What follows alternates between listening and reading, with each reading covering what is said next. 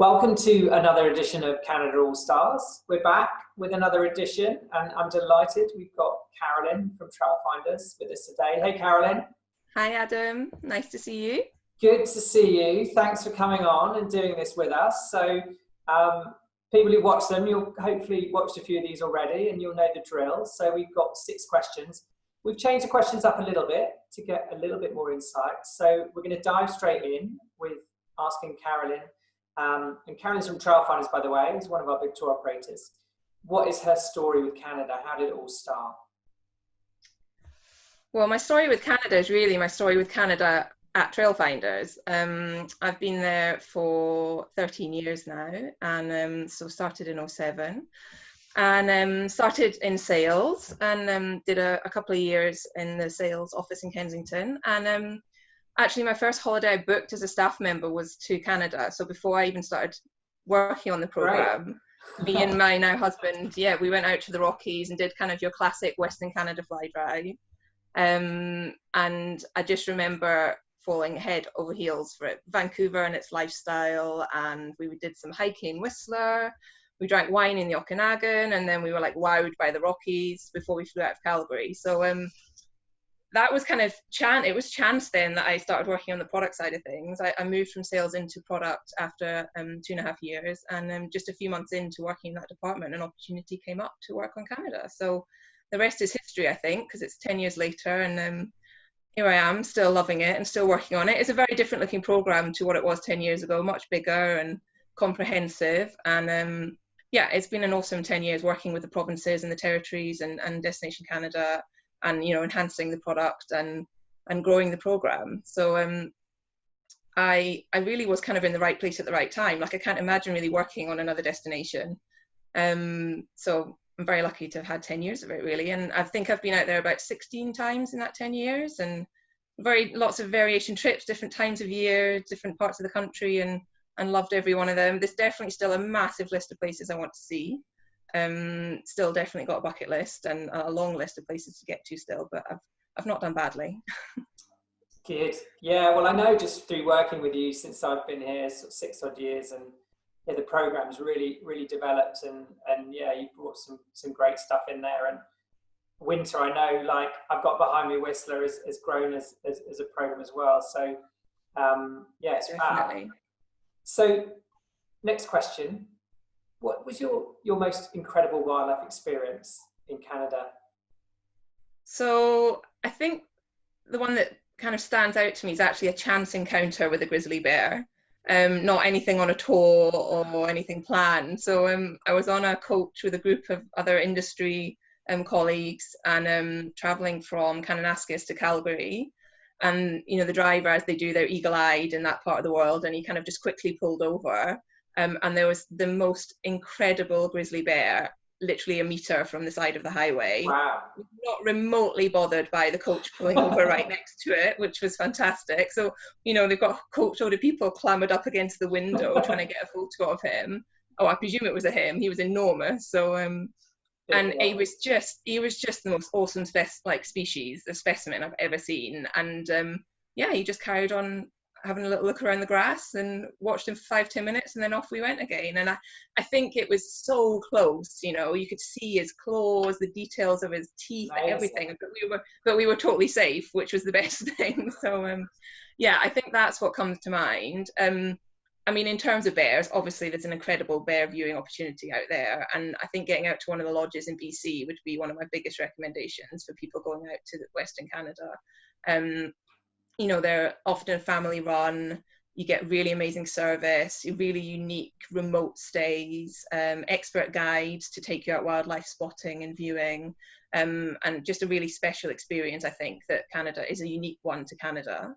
I guess we have to talk about whales as well, because it's not all about the bears, and there's so many species of whales out there. I haven't had as much luck with whales, I'll be honest. One of my dreams is to see the orca, and I still haven't managed it yet. I think partly because I'm often out there in winter and right at the start of the summer season due to my work schedule, and you know, right at the start of the season, there are less whales in the water than, you know, throughout the summer months. So I think that's potentially part of the reason why I've been a little bit unlucky. But I mean, you can go whale watching throughout the BC coastline. You can go throughout the eastern provinces, and even in Quebec in the St. Lawrence River. There's whale watching trips. So there's so many different species. I think there's about 22 maybe. So obviously the orca and the humpback are the big hitters, but there's minke whales and cute little beluga whales you can see in the St. Lawrence River in Quebec. And there's a beautiful hotel up there, a Fairmont hotel called the Manoir Richelieu. And you know, I think a lot of people are able to see the belugas in the river below, just sitting having a drink on the patio, which is a pretty special experience. So, and then talking about belugas more, up in Churchill in Manitoba, where they come in their masses in the summer months. So the opportunity to get up there, that is on my bucket list. I've not made it up there, but to go up in summer, see the belugas, and also hopefully see some polar bears, and at that time of year would be amazing. So plenty to keep you busy if you're a wildlife enthusiast, definitely. Great. So yeah, I think bears and whales are up there on things for people. Yeah. What about have you seen the moose? Because that's one thing I've not seen. I've not. I have in the US, but not in Canada. But you know, they are really prolific in the eastern provinces, in Algonquin Park and New Brunswick and those areas, and up in northern Quebec. So yeah, definitely moose. Lots of friendly elk wandering down Banff Avenue as well in Banff, and amazing bird life as well. Actually, I've seen some incredible eagles out on the west coast. So yeah, there really is a lot to keep you busy. Yeah. Oh, I mean, I always genuinely say, I think you can make the wilderness lodges, the bear lodges you talked about. I think they can compete with an African safari in terms of 100%, yeah. What you can see, because in the same day you can see whales, dolphins, and bears, or I certainly did, and then you've got eagles and all the bird life. Yeah. So I do urge people to.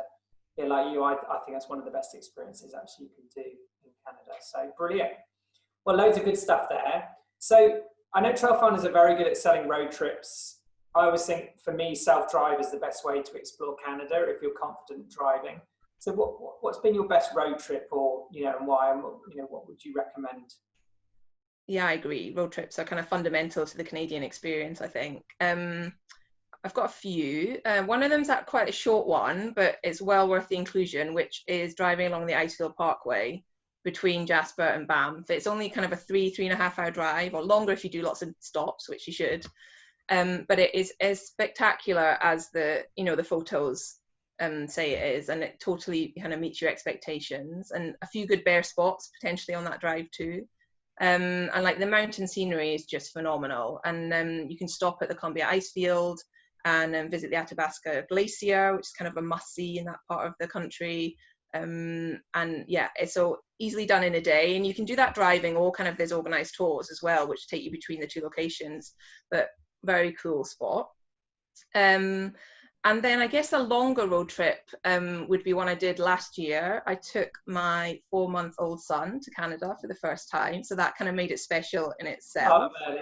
And he was a little dream. He just slept for lots of it, but we road tripped around a little bit around Vancouver Island and the Sunshine Coast in British Columbia. And I've been wanting to get to Tofino for a really long time and not being able to make it, so it was kind of cool taking him, my husband, for the first time. So we kind of spent some time in Victoria, then drove up into Tofino and Ucluelet, which I loved. Really vast, wide open beaches, not busy at all. People are this real surf vibe up there, which you wouldn't really necessarily think of for Canada. Lots of hotels kind of dotted on the beaches, and Ucluelet's got some amazing hikes you can do, kind of up and down into little coves, beautiful coastline. And it's actually surrounded by rainforest, which you wouldn't necessarily think of either. So there's old growth rainforest and hot springs. So quite a unique part of the country, I think. And all of that's protected by the Pacific Rim National Park. So, there's restrictions in place, quite rightly, but you can go and enjoy it, and it'll be protected for a long time to come. And then another one, which is a little bit different, is a trip I did in winter a few years ago. So we'll call it a ski safari type road trip. again, people don't think of doing a road trip in winter, but as long as you've got the right car and good winter tires, I mean, the highways are generally very well kept, maintained. If there's snow on them, you know, the Canadians are used to dealing with snow. So I went with a group of friends to Sun Peak, Silverstar and Big in the British Columbia interior. So kind of smaller ski resorts, which maybe the British client isn't as familiar with as Whistler and Banff. So we went to explore them and just had a fantastic time. Super friendly ski resorts. You can do kind of 3 days or so in each, and feel like you've really got to grips with the terrain. And then it's only, you know, it's a short hop. It's an hour or two drive to the next one. So you're not having to sit in the car for ages. And that was just a really, really fun trip. And, you know, we did that in January, so it was pretty cold, but it was great fun. And we wrapped up and had all the gear and off we went. So that's a slightly different option that people could think of. Yeah, no, good call. Yeah, I think those ski safaris, if you're a skier, are fab up there. Power Highway, I think they call it, don't they? So yeah, great recommendation. So I think all the Brits now seem to be foodies. We all seem to have like our food. I'm generally always hungry. So especially in the last few months on lockdown. Well, that's it. Yeah, I think so. So what's been your favourite meal, or what food experience have you had that have been right up there? Well, first of all, I want to say that I think Canada has an amazing food scene, and I don't know if it's as well known, you know, internationally. People don't necessarily think of Canada and think of food and wine, but having been that many times and sampled it, I can assure you it is fantastic. There's a big farm to table culture, generally across the country. You know, a lot of fresh ingredients and homegrown stuff. Some locally run restaurants throughout which do amazing food, and then in the city some really high-end options if that's, you know, what you're after. And Canadian wine and beer is also excellent. Neither of them export very much because they're quite small producers generally, but so you have to get out there to experience it, which is a good excuse. But some amazing microbreweries doing great beers, like all over the country. Wherever you go, you'll be able to get a local beer, you know, that's locally produced and from a smaller place. And wineries, like, again, people think about going to Napa or Barossa in Australia and all these famous ones, but there's some really, really great wine regions. So the Okanagan Valley, which I mentioned I'd been to earlier, in BC, has this gorgeous climate in the summer. So it's really lovely weather, which obviously helps the wine, the grapes grow. And then you've got a lovely little place called Niagara-on-the-Lake near Niagara Falls, which is famous for ice wine. As well as producing lots of other great wine. But there's also some really small areas. Like a few years ago, we went to a small place, again, with a group of industry people. It's before a trade show we were doing, called Wolfville in Nova Scotia, which is a few hours drive from Halifax. And, you know, not really on the tourist map at all, but they had some fantastic little wineries. We had lunch at one, amazing views of the vineyards, lovely wine. So I definitely would recommend people bear that in mind when they're going and look for local places, you know. Tim Hortons and the chains like that are Canadian institutions, so absolutely try that too. But you should get out there and see what there is kind of homegrown local stuff, because there really is some great stuff out there. I mean, in terms of specific meals, I think there's two that stand out for me, and they're both in Quebec. Quebec is, I would say, the most renowned of all the provinces for its culinary experience. It's got a lot of French influence, obviously, and where France is renowned for its food. So Quebec City and Montreal both have amazing restaurants, but mine are both actually in the countryside in Quebec. So the first one was a meal I went to at a traditional sugar shack, right, near Quebec City. We were there with a big group, so we went through all that kind of, you got a tour and they taught you through the methods of making the maple syrup, which is obviously a huge Canadian staple. And then it was, you know, a big traditional hearty dinner. We all had our lumberjack shirts on. We did some like wood chopping, you know, it was a real event. And it was just such a cool vibe meeting, you know, the family had run that sugar shack for years and years and years. It had come down through the generations. It was a really traditional setup. So to learn a little bit about the Quebecois culture, as well as a really good hearty meal. And then the second was on the same trip, which was at a beautiful lodge called Hotel Sakakomi, which sits kind of in between Montreal and Quebec City in the countryside. And it sits on a hill above a stunning Lac Sakakomi. So you have access to kind of the beach on the lake, but then the actual lodge sits, you know, quite up high, and incredible views, like of, you know, panoramic views of the surrounding lakes, and you're in the middle of nowhere. There's really not anything else around there. And we had a barbecue on that kind of deck and patio, so just to sit there with a, you know, a sausage and a view was pretty special. And then just to throw in a couple of others, which weren't specific meals, but I think I'm kind of must-dos, is lobster in the Atlantic provinces. Yeah.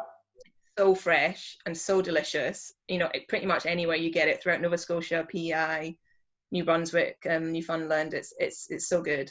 And then also sushi in Vancouver. I always have amazing sushi in Vancouver. They have quite a large Japanese population, so it's yeah, the sushi out west is the best. So definitely try that whenever you're in town there. Yeah, I'd agree. I love the sushi in Vancouver. Yeah, I love it. It's good value as well, actually. If you compare it. Yeah, compared to here, it definitely is. Yeah, definitely is. I know you've had some amazing culinary experiences in Atlantic Canada as well. I remember you telling me about an amazing meal you had out there of seafood. Yeah, I had a really good one in New Brunswick, actually, St Andrews, in the I can't remember the name of the gardens, but yeah, like this chef just did this tasting menu. It was phenomenal. Yeah, I mean the food, yeah, it blows me away as well. I think they do it with a lot of love, but it's also, like you said, it's all very local, but that's not even like a thing. It's just what they do, you know. It's exactly. Whereas here it's kind of a bit more become a bit of a thing. So yeah, no, I love it. Yeah. Yeah, some good stuff there. So with your 16 visits, Carolyn, you must have some little hidden gems, some little off the beaten path places people might not have heard of that you could maybe share with us today. Yeah, it's quite hard to choose, to be honest. I think, well, the first one is a really big place, and it's not unknown, but it's the Yukon, which I got up to about 5 years ago. It's definitely not on your typical British client's first time trip, so it's definitely someone who's been there a few times, I think, but it's such a bucket list place to go, particularly to see the Northern Lights. And it's really easy to get to, you know, it's a couple of hours flight from Vancouver, so it's easy to tag on, like a 4 or 5 day trip up there or something like that. And the wide open spaces up there, and there's a very small population in a very big place, and the scenery is just staggering. It's like epic scenery, and you can get into Whitehorse, which is the capital, easily from Vancouver, like I said, but also from other cities in Canada. There's direct flights, and you know, you can see the Northern Lights easily from Whitehorse itself, but then there's a number of lodges that are within really close proximity to Whitehorse that you can go and stay in overnight, and you're literally within half an hour in the middle of nowhere, you know, epic black skies, or then hopefully green and pink and purple skies if you see the lights. And I was really lucky. Like, I was only up there for 4 days, and I saw the Northern Lights on 2 nights, really strong lights, and didn't even have to stay up till 7 o'clock in the morning to see them. So I would definitely recommend getting up there. Really cool wildlife as well. There's not necessarily like the setup like there is in BC in terms of lodges that do wildlife viewing, but you know, Yukon has all the bears in quite a large population. So yeah, you can see some really cool wildlife up there too. And then, well, I guess actually I haven't been here, but I'd really love to go, but I think it's a little gem tucked away, which is New Brunswick. There's no direct flights to get there. So you kind of need to make more of an effort to make your way there. You can either go in from Quebec or from Nova Scotia. But it's definitely on my list, and I just think it's got, speaking to people who have been, like you and my colleague Mel, and knowing, you know, what I know about it, it's just got so much to offer, but is a little bit more off the beaten track, I would say. The Bay of Fundy there is quite famous, but you know, it's got these incredible tides, some of the largest tides in the world. Hopeful Rocks, which are in the Bay of Fundy, you can kind of walk on at one part of the day and then canoe round in the same day, because the tides kind of change so much, which is quite a cool thing to do. A lobster I mentioned earlier, but Shediac in New Brunswick is known as the lobster capital of the world. So definitely go and try the lobster there. And again, it's got whale watching. It's got, you mentioned St Andrews, gorgeous like seaside town, quite high-end seaside town. lots of moose in New Brunswick. And then a little coastline up in the northern part of the province called the Acadian Coast, which has quite a unique old French Creole culture, which is really unique to Canada. Real strong community spirit, lots of festivals, lots of local music, that type of thing, and fall colours as well. You can see I've got some behind me in Ontario, but Ontario, Quebec and New Brunswick have some amazing fall colours. So I, as a province, it's definitely on my top of my list to get to. I'm sure you'll agree, having been, like, it's loads to offer, but not as well known as some other spots in the country. Yeah. Yeah. Good one. Yeah, no, it's funny actually, because New Brunswick's come a bit up on the All Stars. It seems to, yeah, you're not alone with. Okay, with good. that. So yeah, and Yukon as well actually. So yeah, some good ones there. And then, well, I've got one more, which isn't really a place, but again, we've mentioned it briefly, but to me, winter, or going to Canada in winter, you know, everyone thinks of what you can do in summer and the bears and the whales and all these incredible hiking, incredible experiences you can do in summer, but winter really has like so much to offer. Like, you don't need to be a skier to go to Canada in winter at all. Whistler has incredible skiing, as does Banff and Tremblant and Jasper and all these amazing ski resorts. But I've been on a few trips where I've not skied. I've been to the cities in winter. I've been to Ottawa, to the Winterlude Festival, for example. And there's ice sculptures and hot chocolate by Roaring Fires and ice skating. And, you know, every location in Canada, you can do snowshoeing and dog sledding and things, really cool activities like that.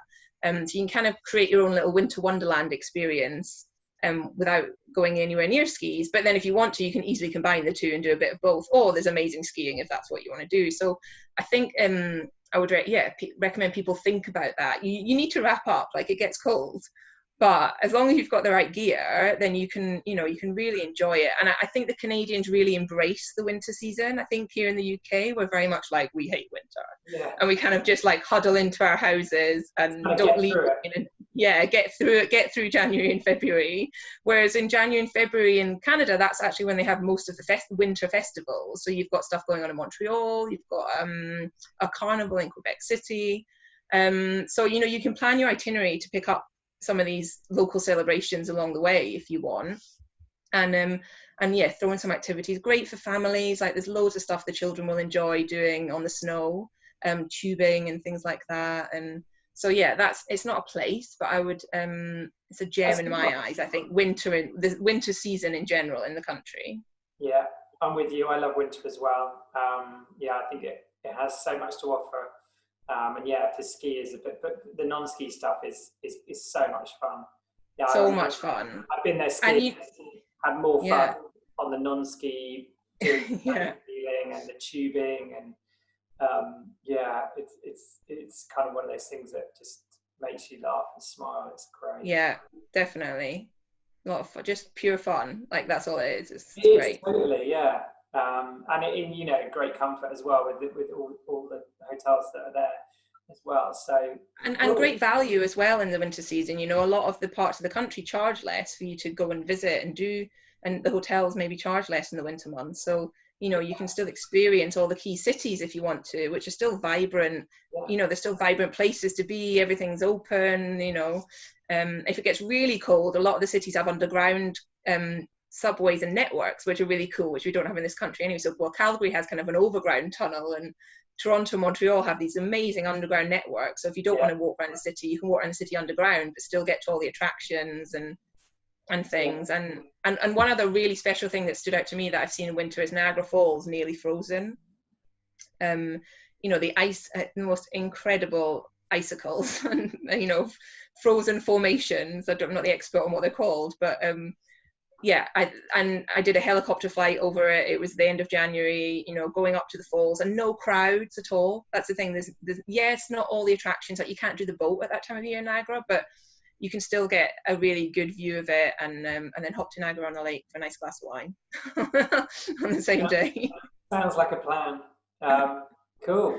So, finishing up, Carolyn, the final question here. So if you're going to tell people how Canada makes you feel, you know, you come back, you speak to your friends and family, you know, what do you say? I would say it feels like my second home. And I think a huge part of that is down to the people. And I think the people in a destination really can make or break your trip, regardless of how many incredible things there are to see, or the wildlife. I think the people in Canada are the most friendly people of any nation I think I've ever been to there, and it's really a genuine friendliness, and so it kind of like inspires you to be really friendly back. You find yourself being the most upbeat type of person you can be when you're in Canada, which is a really nice feeling. I think it makes me feel genuinely inspired. Like, the scenery out there is so vast and varied and of epic proportions.